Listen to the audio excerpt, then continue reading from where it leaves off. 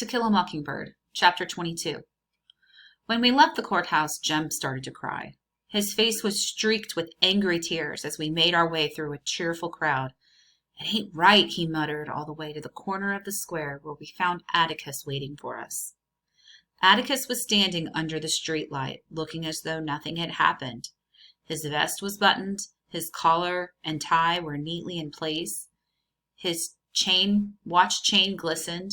He was his impassive self again. "It ain't right, Atticus," said Jem. "No, son, it's not right." "How could they do it? How could they convict Tom if he didn't do it?"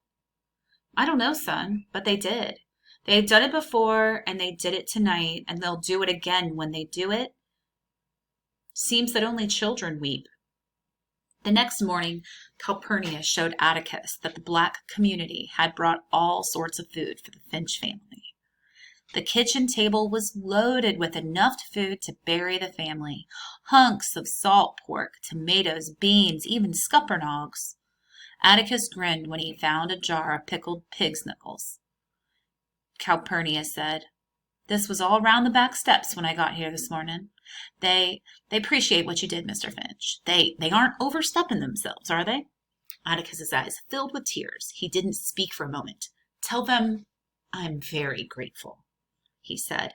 Tell them they must never do this again. Times are hard." Later that day, Jem and Dill and I went over to talk to Miss Maudie about everything.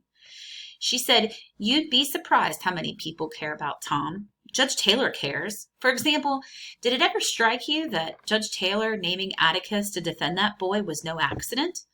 That Judge Taylor might have had his reasons for naming him?" Miss Maudie had a good point. Usually Maxwell Green is the lawyer to do these kinds of trials, but he's not very good.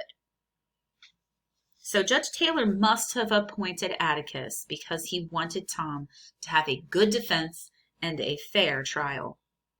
When we got home, Aunt Alexandra came to the door and called us, but she was too late. It was Miss Stephanie's pleasure to tell us this morning. Mr. Bob Buell stopped Atticus on the post office corner, spat in his face, and told them that he'd get him if it took the rest of his life.